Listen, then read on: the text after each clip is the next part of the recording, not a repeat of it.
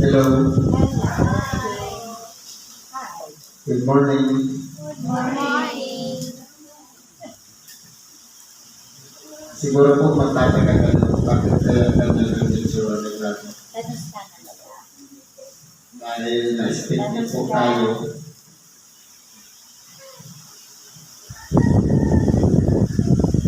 Ito po ang pagpapatuloy natin ng gawain. Hindi po dahilan yung kapansanan para hindi maibahagi ang tinatawag na salita ng Diyos. Sapagkat hindi naman apektado ang pagsasalita. Ayon po sa Ebanghelyo ni San Mateo, sa Kapitulo 24, versikulo 3 hanggang sa 14.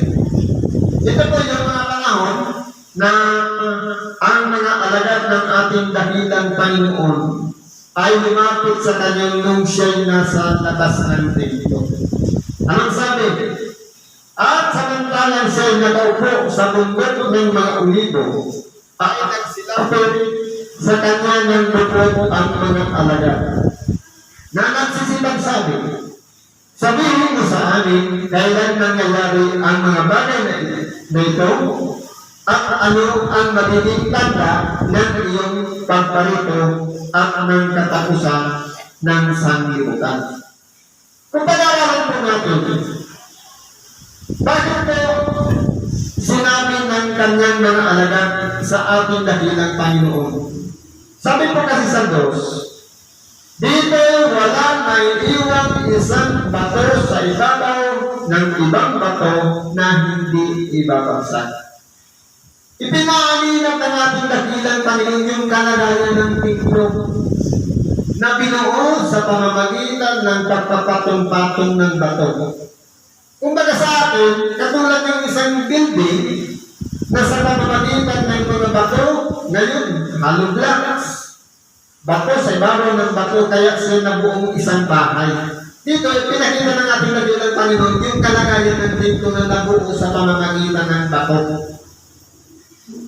Ngayon, dito, nung sinabi niya na walang bato, sa ibabaw ng kapwa bato na hindi ibabagsak, nagtanong ngayon ng mga alagad, kailan mangyayari at ano ang mga palatandaan ng kalakasan at pagparito ng ating dakilang Panginoon. Anong sagot ng ating dakilang Panginoon? At sumagot si Jesus at sinabi sa kanila, mag-ingat kayo na huwag kayo mailigaw ni naman. Sa mga tuwing, may warning agad ang ating dakilang Panginoon. Kung sinabi ng ating dakilang Panginoon, walang bato sa ibabaw ng kapwa bato na hindi ibabagsak, kapag sinabi na hindi kung magkakaroon ng pagkagunaw, ibig sabihin, panliligaw na po yun. Sapagkat may kapangyarihan ang pananalita ng ating dakilang Panginoon kaysa iba. Sapagkat ang lahat ng sinasabi ng ating dakilang Panginoon ay nagkakaroon ng katotohanan. Sapagkat sabi nga niya, ako ang katotohanan. Kaya lahat ng sasabihin niya, mangyayari. Ngayon, may warning na ng ating dakilang Panginoon na huwag tayong mailigaw ni naman. Bakit po? Sapagkat marami ang magsisiparito sa ating pangalan na magsasabi, ako ang Kristo, at ililigaw ang marami. Kung pag-aralan po natin, isa lang ang anak ng Diyos. Sabi nga, isang Diyos na makapangyarihan sa lahat, isang Panginoon. Sa makatuwid, wala nang iba maliban sa tinatawag na Mesiyas, na ang pangalan ay Jesus o tinatawag ng Jesus Kristo na ating dakilang Panginoon at tagapagligtas. Ngayon, may mga magsisipaglitaw na mga bulaan na magsasabi, ako ang Kristo at ililigaw ang marami. Sa mga tuwid, may mga lulilitaw lumilitaw pa na magpapakilala sila ang Kristo. Kaya nga, kung pag-aralan natin, sa mga Hudyo, hinahanap nila si Kristo. Hinahanap pa nila yung Mesiyas. Maliligaw na talaga sila sapagkat dumano sa kanila ang Mesiyas, hindi nila nakilala. Ipinako pa nila sa krus, akala na isang kriminal lamang na makasalanan at ipinagpalis pa kay Barabas at pinaratangan isang tulisan at ibinilad pa sa kahihiyan. Tingnan mo nga naman yung ginawa nila. Maliligaw talaga sila sapagkat nag-aabang pa sila ng ibang Kristo. Pero nag-warning na natin dakilang Panginoon sa kanyang mga tagasunod. Ano sabi dito? At mga kakaroon kayo ng mga digmaan at mga alingaw-ngaw ng mga digmaan. Ingatan ninyo at huwag kayo magulubihanan. Dito po, magkakarinig kayo ng mga digmaan. Piling mga tunog ng mga bomba, yung putukan, at mga alingaw-ngaw. Ibig sabihin yung mga balibalita na mayroon din mga ikanya. Totoo po, nangyari na yan. Noong 1940s, yung sinasabing World War I, World War II, kung ano-ano pa mga pagpapasabog sa iba-ibang mga bansa, mga nababalitaan lang natin, bagamat hindi natin narinig. Yan po ay bahagi ng mga palatandaan. Sabi nito, huwag kayong magulumihanan. Ibig sabihin, maging kalmado lang tayo kapag may mga giyera tayong nababalitaan o napapakinggan man, malayo man o malapit. Sapagkat, kinakailangan ito'y mangyari datapwat, hindi pa ang wakas. Ibig sabihin, yung mga digmaan pala, pangkaraniwan na yun na mangyayari muna pero hindi pa yung katapusan ng sanlibutan. Bakit po? Sapagkat magsisitindi ang bansa laban sa bansa. Kung pag-aralan po natin ngayon, siguro kung nakikinig po tayo ng mga balita, kung hindi lang napigilan ang China sa kanilang preparasyon, kawawa ang Pilipinas. Totoo may minahal tayo mga naging Pangulo. Pero dahil po sa mga balita at sa mga pamamaraan na tuklasin kung ano talaga ang layunin ng China, nasakop na sana ang Pilipinas. Pero ngayon, dahil po sa mga nangyayari, napigilan po yun. At nabunyag pati yung mga traitor sa ating bansa. Pinag-aaralan lang yung sakop mula sa paligid ng isla ng Pilipinas na wala naman dapat pag-aaralan.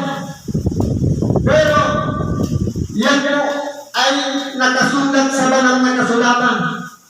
Magtitindig ang bansa ay gagawa para palakasin ang kanyang sarili laban din sa isang bansa na nagpapalakas din sa pamamagitan ng militar at ganoon din ang kalakasan para magkaroon siya ng mga deep fighter, mga tanke yan, nagpapalakas yan. Bansa laban sa bansa, sa makatuwid yung mga hindi nagkakaunawaan.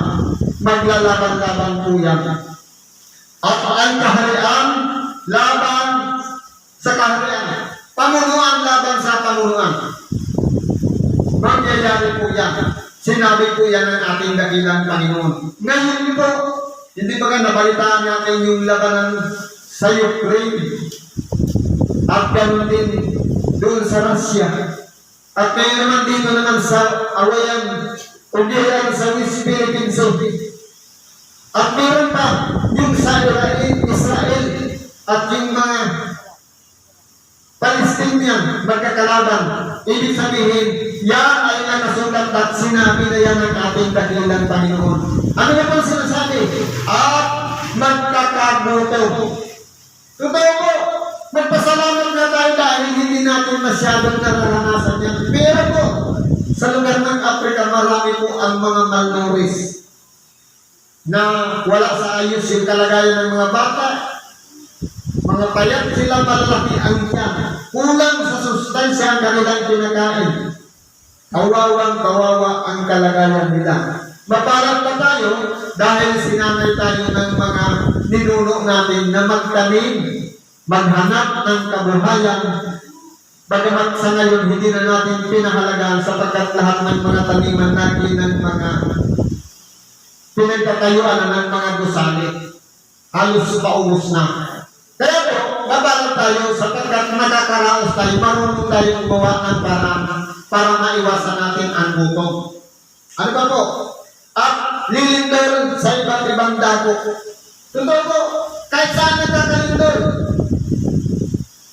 Minsan nauna-una yung pagsabog ng mga bulkan at pagkasunod ng paglindol. Meron sa ilalim ng dagat. Noong isang araw, 2 beses naglindol dito sa Bicol.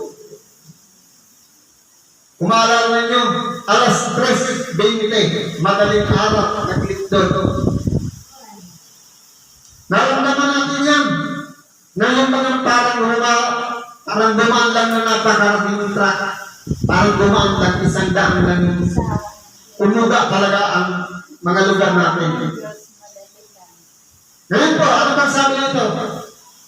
Datapwat ang lahat ng mga bagay na ito ay siyang pasimula ng kahirapan. Ibig sabihin, nagkagira na. Nagkaroon na ng bansa, awayan laban sa kapabansa, kaharian laban sa kaharian, pagkagutom at lindol, pasimula pa ng palayan. Ibig sabihin, marami pang mangyayari. Kung magkagayon, ibibigay kayo sa kapighatian. Ito na yung kinatatakutan ng karamihan. Sabi nga nila sa English, malaking kapighatian o sa English, Great Tribulation.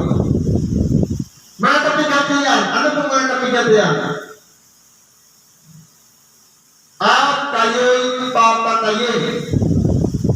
At kayo'y kapupuutan ng lahat ng mga bansa dahil sa aking pangalan.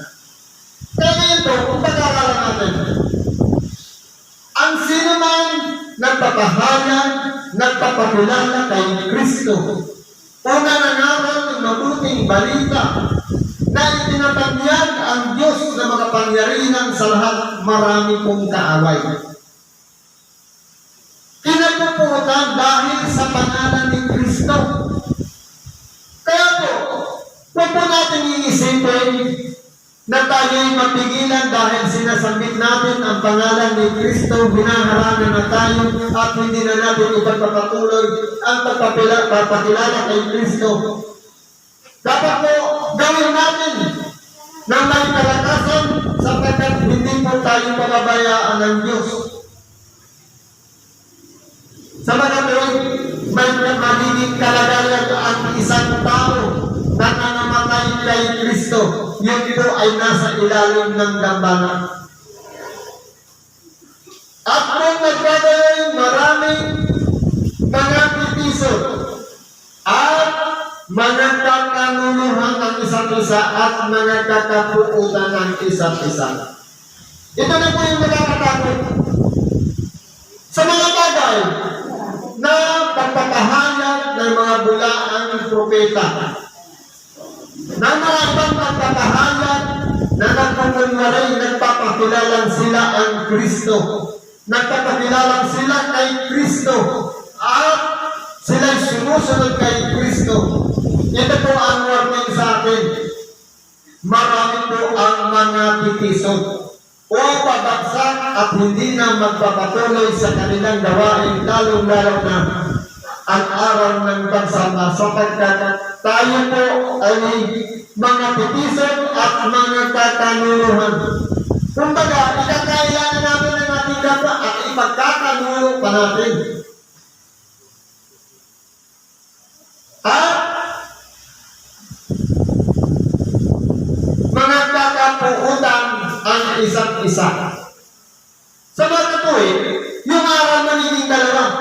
isa, yung aral na patungkol sa pagpapakahayag na sinasabi ay yung sinasabi ng ating dakilang Panginoon, yung katotohanan. Ang isa naman ay ang pagpapahayag ng mapagkunwari o tinatawag na impostor sa mga tuwing bagay, yung mga antikristo. Magiging dalawa na po ang Ebanghelyo. Kaya mayroon po lang, yung mga nangaka kay Kristo, hindi po sila gagawa ng anumang bagay taliwas kay Kristo. Pero yung mga lumalaban kay Kristo, mga kakaluluhan at mga kakapuutan sa isa't isa.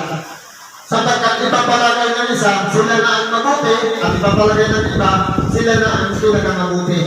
Ang iba ay masama. Lahat ng nasa labas ng kanilang simbahan ay hindi kay Kristo. Yan ang sasabihin nila. Pero po, si Kristo ay bumiba para sa lahat, sa makatuwid.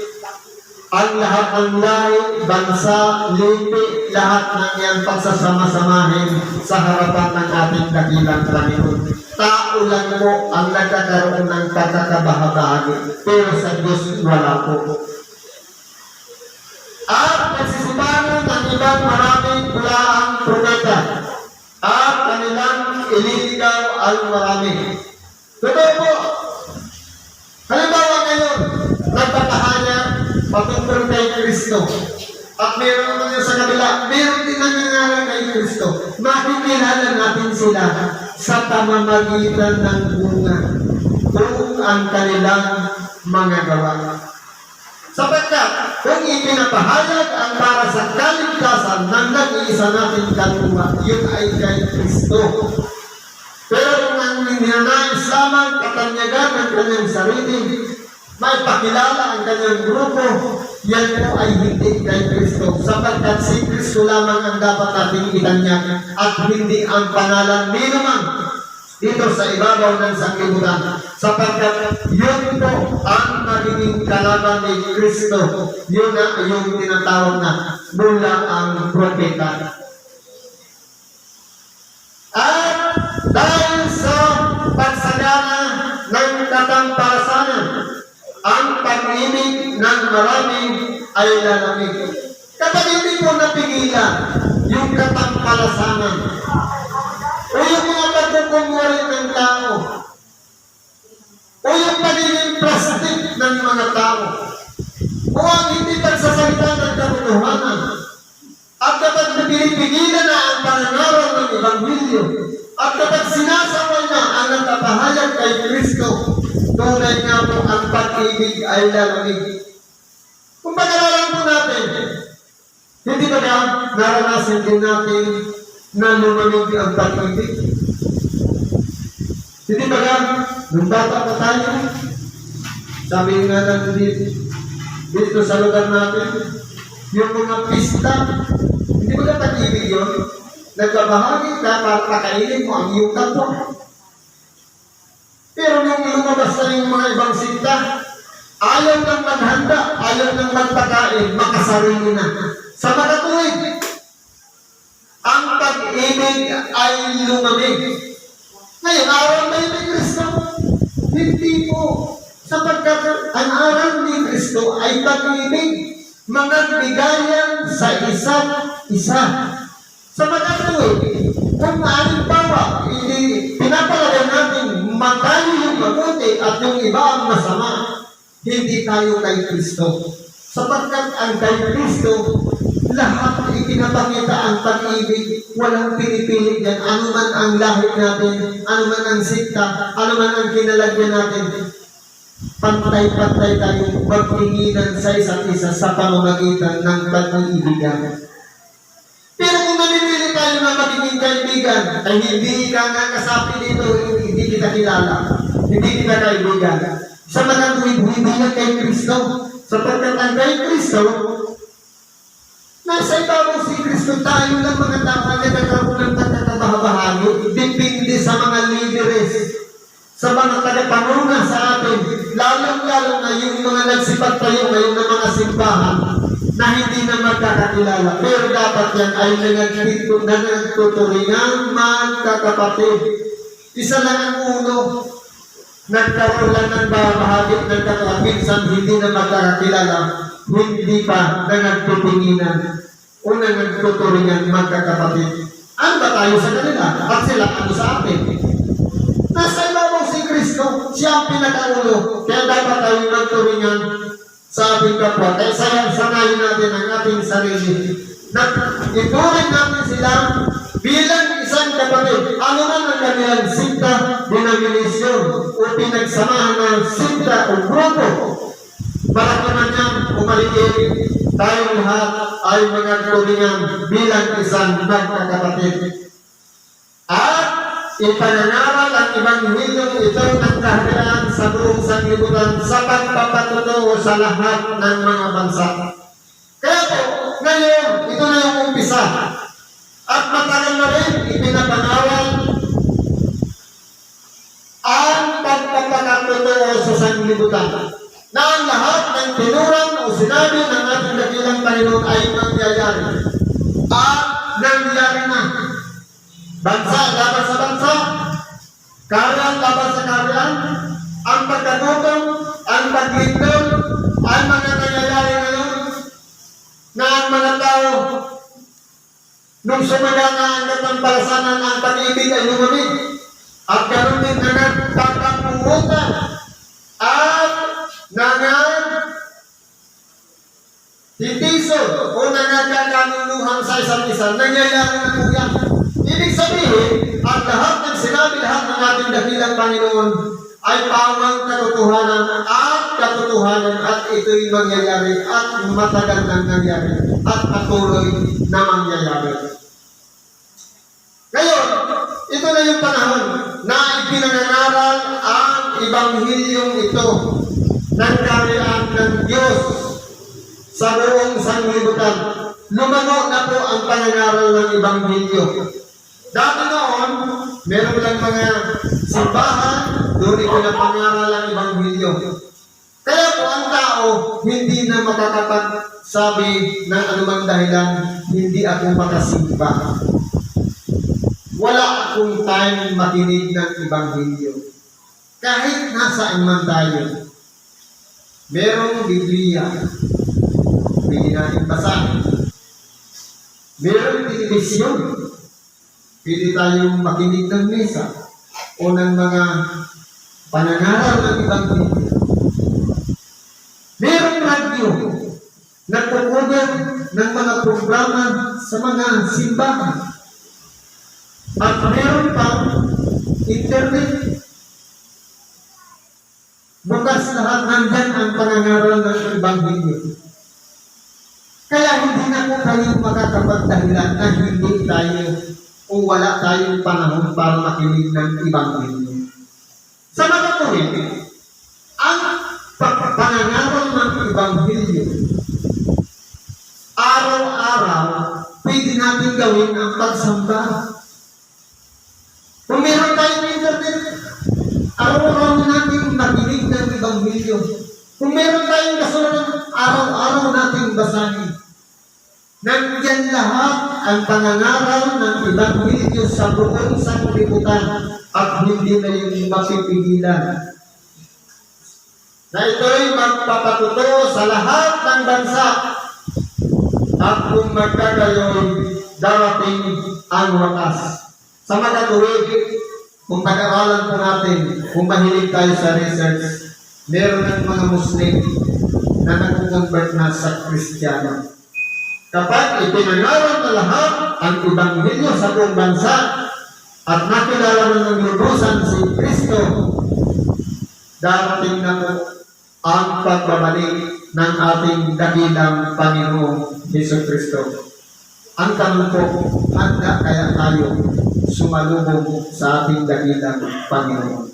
Kaya kilalanin natin si Kristo, kilalanin natin yung kanyang aral, at magkakilala na rin tayo sa Kanya sa pamamagitan ng ating gawa na lahat ng ating ginagawa ay nakaugnay sa Kanya. Sa mga tuwid, bago natin gawin ang isang bagay, nananalangin tayo sa Kanya, kikilalanin tayo ni Kristo. Pero kung pagkatapos na ginawa natin, kung nagka-problema na, saka lang natin siya tatawagin, ikakaila po tayo ni Kristo. Gawin natin ang lahat ng bagay kasama si Kristo at magtatagumpay po tayo. Yan muna ang magabahagi natin sa oras na ito. Salamat at pagpalain tayo ng Diyos. Alamang ang karaingan, kahilingan, karamdaman man yan o problema ipagkaloob naman ng Diyos sa ngalan ni Kristo Jesus. Salamat po.